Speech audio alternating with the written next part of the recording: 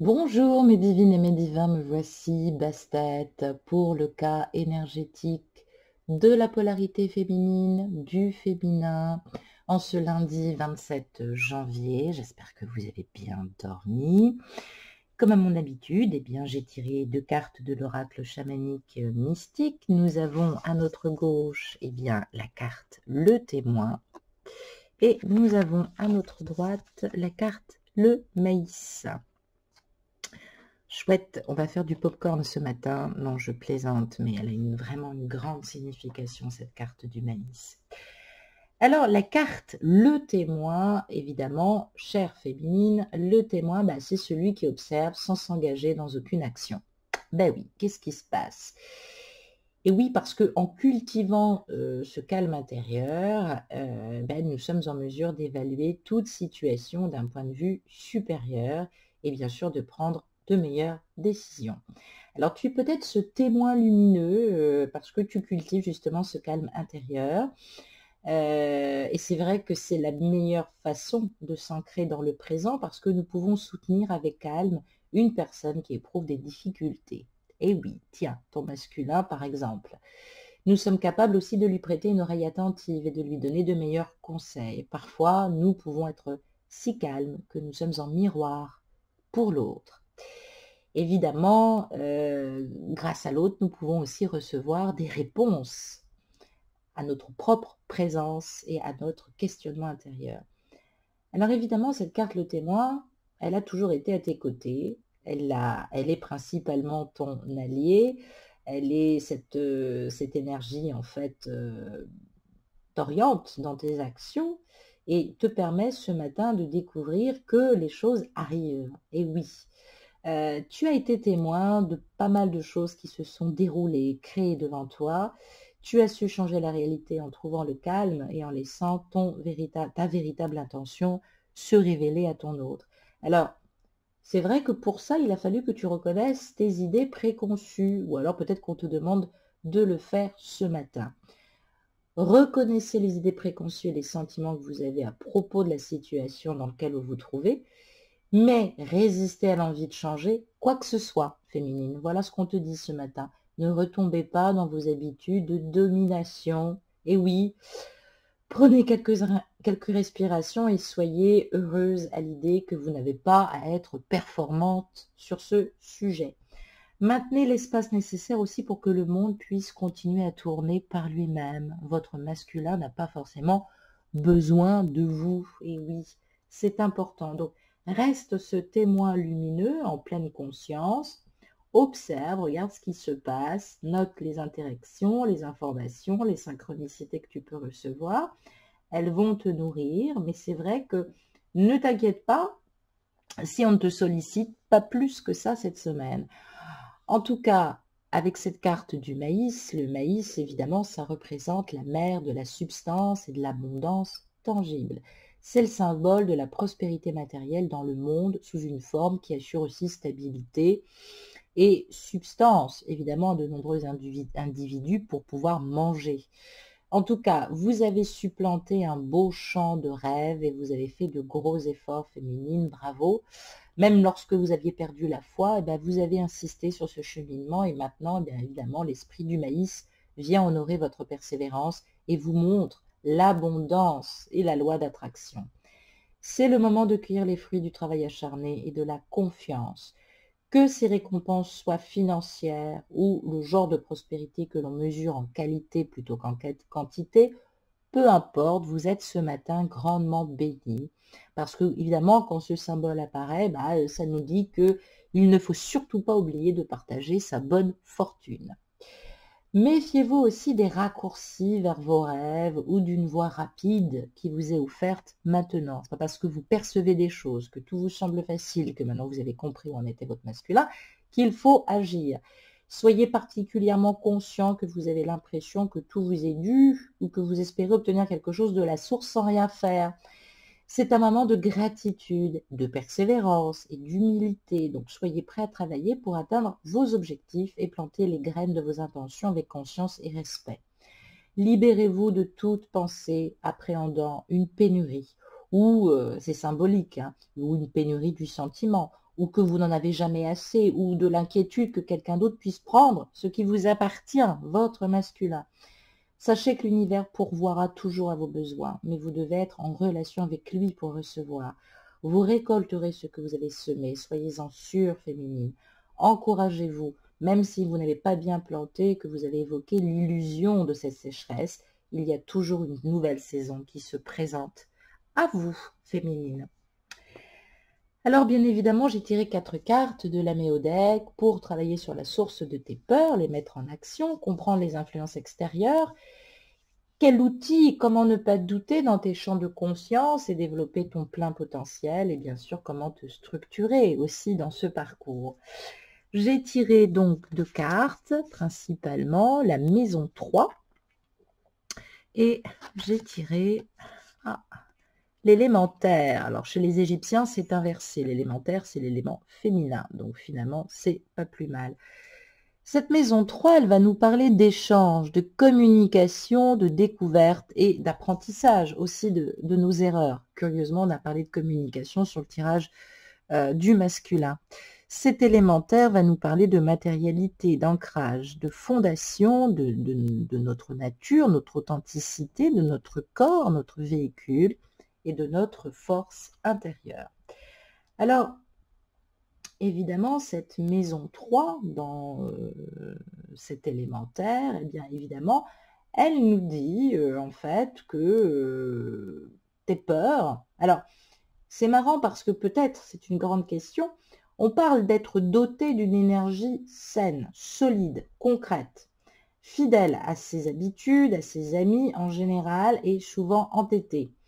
Mais on parle aussi de remettre en cause ou de se remettre en cause dans des épreuves qu'on a rencontrées. Alors, c'est peut-être ce côté nourriture, hein. Peut-être que tu es dans la survie depuis un petit moment, peut-être que tu as des complexes d'infériorité par rapport à ce que gagne ton masculin. Parce qu'on nous parle en plus avec cette carte du maïs, du côté de la nourriture spirituelle ou concrète, de l'argent, d'intervenir aussi dans le domaine du mouvement et de la matière. Alors, a-t-on besoin de toucher en même temps que l'on s'adresse à une personne? C'est la vraie question féminine. La simplicité des mots, la gentillesse sont sans doute des atouts pour rentrer en contact avec ton masculin. Évidemment, la lenteur du débit de phrases et la douceur de la voix, ça peut être assez repérable dans une conversation et ça peut être assez sympa. Mais on te dit peu communicative, assez économe sur tes échanges. On parle aussi que tu attends souvent que l'autre fasse le premier pas, ou alors on se limite à quelques paroles de courtoisie en guise d'approche et finalement on est très superficiel alors qu'on devrait être dans l'écoute. Alors, on nous parle de moyens techniques. Quelle façon, qu'est-ce que tu préfères dans la communication? Quelle est la façon dont tu préfères communiquer, dont tu préfères partager? Quel apprentissage fais-tu ou quelle maîtrise apprends-tu en ce moment sur la communication? Quelles sont tes relations avec tes frères et tes sœurs ou avec ton entourage principalement? Alors, on peut parler aussi d'un aspect de confrérie. Tu as besoin de construire un clan autour de toi. Parce que, pardon, mais ça ressort avec l'élémentaire, on parle de produits du terroir, ça me fait penser au Saint-Nectaire, j'embrasse certaines personnes, mais évidemment que c'est pas, j'allais dire, c'est pas ce qui est primordial dans ces énergies. Mais c'est vrai que tu t'économises un petit peu au niveau de la communication. Ta communication, elle est un petit peu terre à terre. Et oui, alors c'est vrai que tu es mignonne tout plein, mais il faut ouvrir cette communication. C'est vrai que ça te fait peur. Communiquer, ça te fait peur. Peut-être que le moyen de communication te fait peur aussi. Il faut quand même le dire. La maison 3 étant reliée aussi au signe des Gémeaux. Donc, c'est vrai que c'est peut-être un peu antinomique. Il faudrait que tu sois légère, humoristique, drôle, passionnante, que tu emmènes ton masculin dans des voyages intemporels, que tu sois curieuse, que tu sois, j'allais dire, très relié avec le cheminement des études profondes. Là, évidemment, tu marquerais des points parce que ton autre fonctionne comme ça aussi. Comment ne pas douter de tes capacités? Alors, je vais t'aider aussi à les structurer. J'ai tiré 2 cartes supplémentaires. Nous allons regarder ça tout de suite. La maison 6 et, ah bah voilà, l'élémentaire. Donc, qui nous révèle ce principe du masculin. Chez les Égyptiens, l'élémentaire étant l'élément air. Enfin, c'est pas que l'élément air, mais ce signe que vous voyez réfère au soleil. Donc, c'est vrai que on nous parle peut-être de communication plus constructive. Peut-être que c'est ça aussi. Alors évidemment, cette maison 6 nous parle de travail, d'acuité, d'utilité, de vie quotidienne, de santé, de bien-être, de sacrifice. Peut-être que la communication est difficile parce qu'elle est liée à ton travail, à ton quotidien, à des problèmes de santé. Oui, et puis au service aussi, hein, la maison 6 étant le don de soi. L'élément R nous parle de communication, de pensée, de liberté, de curiosité, de connaissance. Donc, on parle évidemment de rapport, d'analyse, de critique, de discrimination. Est-ce que tu as grandi dans des énergies comme ça? Et donc, on a mémorisé, enfant, des obligations et des devoirs de rendre service. On parle aussi de contraintes et de servitude. Donc, c'est vrai que ça nous parle avec cette maison 6 d'un achèvement de l'individu au sein de la socialisation. On est dans la fin de ce processus. Cet individu, principalement toi, féminine, tu as repris ton pouvoir de l'individuation, et non pas du service sacrificiel, mais on parle évidemment de crise au sein de la maison, de conscience collective, de transpersonnel en tout cas, et de représentation. Alors, on nous parle de l'oncle et de la tante ce matin. Il faudrait essayer de voir peut-être de beau-père aussi. Hein. Donc, l'élément R en maison 6, bah, évidemment, ça influence la faculté d'analyse. Et on cherche à se distinguer, mais on a peur de la discrimination. On a peur d'être jugé. On parle aussi d'un caractère dans une perception, et on parle aussi de séparation. Donc, autant ce masculin vit des énergies de séparation qu'il est en train de mettre en place, autant toi, bah, tu coupes peut-être aussi le cordon pour des aspects, évidemment, pas du tout discriminants, mais des aspects qui te sont propres. Donc, on parle de communiquer sa totalité dans des énergies influentes. On parle d'orientations qui sont en train de changer et qui vont influencer la vie entière. On parle d'aspects harmoniques et dissonants. On parle aussi de présent concret, donc c'est peut-être ça dans lequel tu es confronté tous les jours, c'est pour ça que tu as du mal à t'échapper dans l'imaginaire, mais aussi d'équilibre physiologique et aussi de fatigue. Donc, c'est vrai que ça symbolise à la fois l'adaptabilité, le fait de rendre des comptes, ça nous parle de maîtrise, ça nous parle aussi de monde secret, de la matière ou de vie antérieure secrète. Donc, tu as peut-être une vie antérieure beaucoup plus riche que ce que tu montres dans la matière. Donc, c'est important que tu penses à toi ce matin, sans révolutionner, sans faire de mal autour de toi.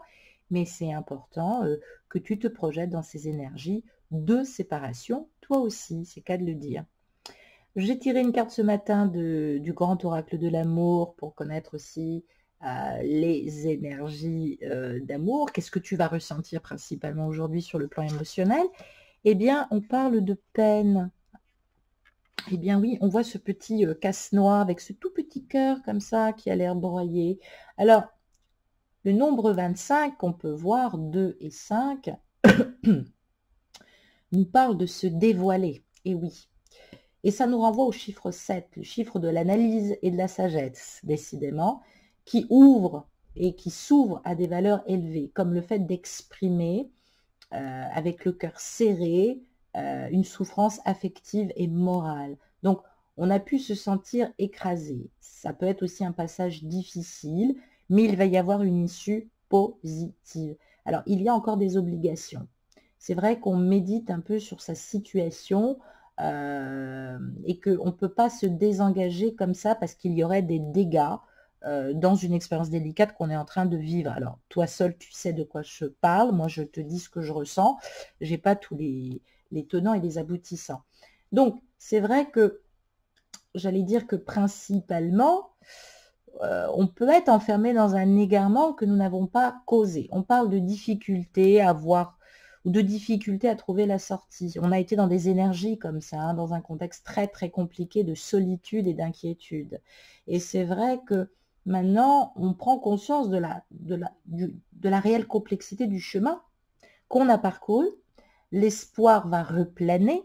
Et évidemment, on revient dans une forme de sagesse aussi pour soi. On ne se laissera plus broyer par les autres ou par l'énergie émotionnelle des autres. Et oui, c'est important de se choisir, de retravailler aussi l'attirance pour soi-même, pour notre autre. Et puis cette forme de légèreté, c'est important de s'ouvrir, hein, on voit ce 5, donc s'évader, se détacher, avancer avec plus d'aisance et d'interdépendance, sans exprimer une désinvolture en n'importe quoi ou en frivolité.